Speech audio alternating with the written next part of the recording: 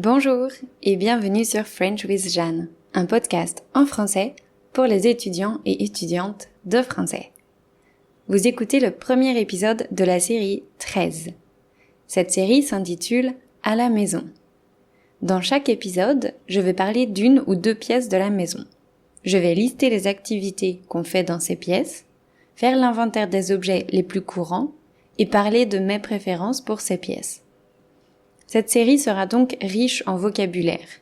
Et comme d'habitude, je vous encourage à reproduire mes épisodes en décrivant votre propre logement et vos propres préférences. J'ai choisi ce sujet car, en analysant les réponses d'étudiants et étudiantes au questionnaire que j'ai diffusé pendant les semaines précédentes, j'ai découvert que le thème « vie quotidienne » était beaucoup demandé. Bon, je considère que la vie quotidienne, ma vie quotidienne, est le principal sujet de ce podcast puisque j'y parle de mon travail, de mes sorties, de mes loisirs, de mes proches et plein d'autres sujets personnels. Cependant, je ne pense pas avoir beaucoup parlé du logement. Grâce à ce thème, je vais pouvoir aborder des sujets variés liés aux différentes pièces. Mon régime alimentaire en parlant de la cuisine, mes passe-temps en parlant du salon, ma routine matinale en parlant de la chambre. Ainsi, j'espère que vous ne trouverez pas ça ennuyeux. Je promets que les épisodes seront plus que des descriptions sans intérêt. Sur mon site web, vous avez la possibilité de vous abonner au texte des podcasts afin de pouvoir suivre l'audio plus facilement. Les transcriptions contiennent des notes de vocabulaire et l'abonnement ne coûte que 5 € par mois. Bien sûr, vous pouvez vous désabonner quand vous le souhaitez. Alors, êtes-vous prêt ou prête pour cette nouvelle série ? C'est parti.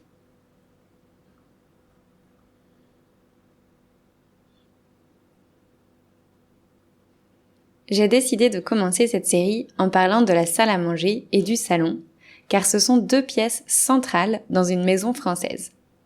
Je dirais même que ce sont les principaux lieux de vie de la maison. D'ailleurs, quand on pénètre dans une maison par la porte d'entrée, ce sont souvent les premières pièces auxquelles on accède.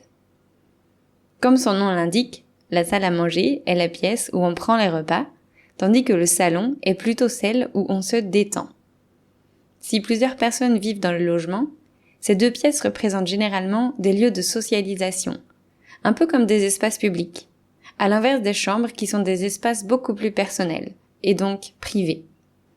Par ailleurs, il arrive souvent que la salle à manger et le salon ne soient qu'une seule et même pièce. Logiquement, dans la salle à manger, on trouve une table et des chaises pour manger. On y trouve généralement aussi une commode qui abrite de la vaisselle. Dans le salon, on trouve habituellement un canapé et ou des fauteuils, une table basse, des meubles de rangement. Il y a souvent une télé et ou une chaîne hi-fi. Comme ce sont des pièces où les habitants passent beaucoup de temps et reçoivent des invités, elles sont souvent soignées. Les murs sont peints ou tapissés, il y a des luminaires, des plantes et de la décoration. On y trouve souvent des cadres, des photos, des étagères.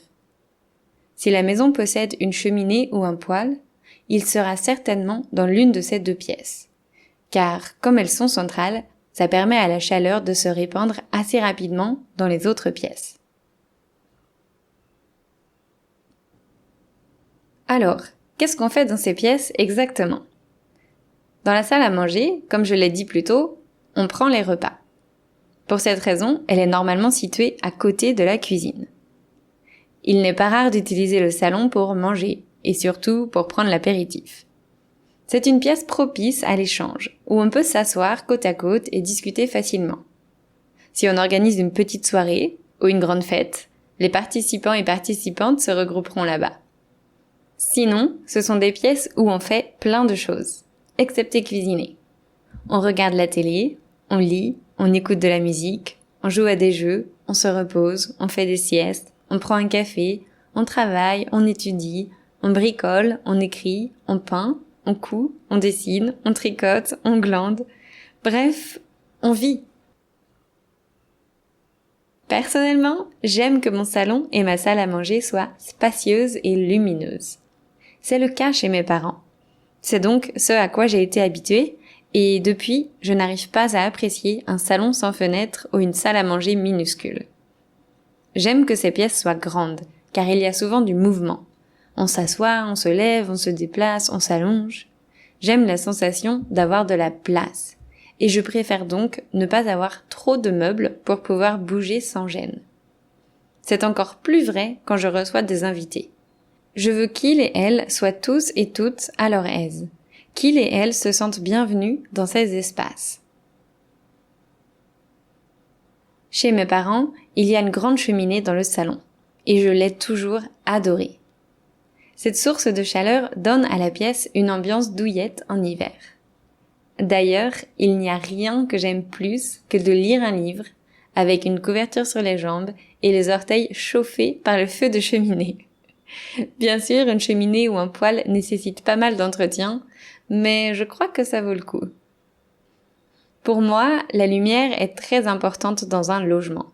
J'ai horreur des pièces mal éclairées. J'apprécie beaucoup la lumière naturelle et les fenêtres ou baies vitrées qui permettent au regard de s'échapper vers l'extérieur. C'est propice aux moments de calme, spécialement quand la pluie tombe et vient frapper les carreaux. Moi qui suis une personne assez distraite, j'aime voir ce qui se passe dehors et observer les oiseaux, les chats ou les passants qui font leur vie tranquillement. Le soir, j'aime les lumières tamisées, dispersées autour de la pièce, qui apportent de la douceur. En tant que personne profondément romantique, j'adore allumer des bougies. Par contre, je préfère que ces pièces n'aient pas de télé. Quand je veux regarder quelque chose, j'utilise mon ordinateur. Donc, pour le moment, je n'ai pas besoin de télé. En plus, contrairement à beaucoup de personnes, je n'aime pas les bruits de fond. Pas question de lancer un programme juste pour avoir du bruit. Si je n'ai pas envie de silence, je préfère mettre de la musique ou un podcast. Mais pas la radio, car je déteste les pubs où des voix aiguës parlent super rapidement. Donc pour résumer, je préfère investir dans une bonne installation audio plutôt que dans une télé. Aussi, j'ai besoin que mon environnement m'inspire. C'est pour ça que j'adore accrocher des photos, des citations ou de belles images sur mes murs. Dans mon bureau actuel, j'ai commencé à coller des post-it avec des mots motivants et je crois que ça m'aide à garder à l'esprit les choses que je veux garder à l'esprit. Par exemple, sur mon post-it orange, j'ai noté « Souviens-toi quand tu voulais ce que tu as aujourd'hui ». À chaque fois que je lis cette phrase, je me rappelle le chemin parcouru et la situation incroyable dans laquelle je me trouve. Un travail que j'aime, une liberté pour choisir mes projets, une flexibilité fantastique qui me permet de travailler de n'importe où, ou presque, et n'importe quand, ou presque, des étudiants et étudiantes que j'apprécie en tant que personne. Tout ça, c'est précieux. Parfois, j'oublie la chance que j'ai. C'est pour ça que j'ai affiché ce mot. Sur mon post-it jaune, j'ai recopié cette citation. Que tu penses que tu peux y arriver ou non, tu as raison. Ce message me rappelle que mes pensées forment ma réalité et que je dois croire en moi et en mes projets si je veux qu'ils réussissent. C'est tellement important de s'en souvenir chaque jour.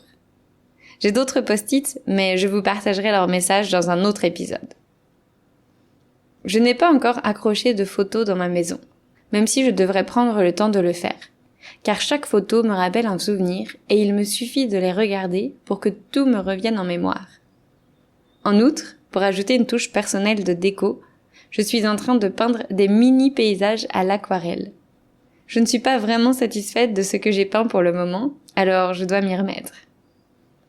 Dans mon salon, j'aime aussi avoir des livres et des carnets, faciles d'accès, pour pouvoir bouquiner ou écrire dès que j'en ai envie. Je suis très littéraire. J'aime tout ce qui est lié aux langues. C'est pourquoi je me sens bien quand je suis entourée de papier. À côté de mes livres et carnets, il y a l'unique jeu de société que j'ai avec moi en Thaïlande. C'est un jeu de cartes amusant, très simple à comprendre, donc parfait pour les soirées entre amis où on veut faire quelque chose d'un peu différent. Moi, j'adore jouer aux jeux de société. C'est ma sœur qui m'a initiée. Elle est très joueuse, et ses amis aussi. Il leur arrive parfois de jouer aux cartes jusqu'à 4h ou 5h du matin, tellement ils aiment ça. C'est un peu trop long pour moi, mais j'aime les jeux d'ambiance, d'imagination et de stratégie.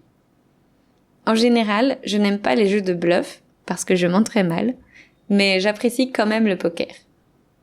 En tout cas, je prends souvent du plaisir à jouer avec mes amis, car c'est une activité qu'on fait pour s'amuser, et uniquement pour s'amuser.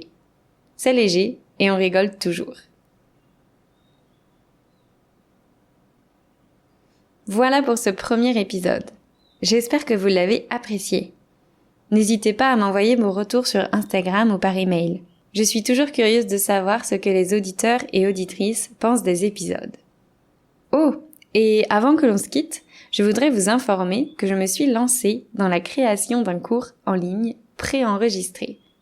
C'est un projet que j'ai envie de réaliser depuis longtemps. Alors j'ai super hâte d'avancer. J'ai choisi le sujet basé sur les réponses du questionnaire que j'ai mentionné au début de l'épisode. Et ce cours portera donc sur les pronoms compléments, c'est-à-dire les pronoms toniques, les pronoms COD et les pronoms COI. Je n'ai aucune idée de combien de temps il va me falloir pour le créer, mais je suis déterminée à aller jusqu'au bout. Si vous êtes intéressé par ce projet, laissez-moi votre adresse email et je vous informerai de son avancée. Le lien est dans la description de l'épisode. En attendant, je vous souhaite une belle semaine, où que vous soyez. À bientôt!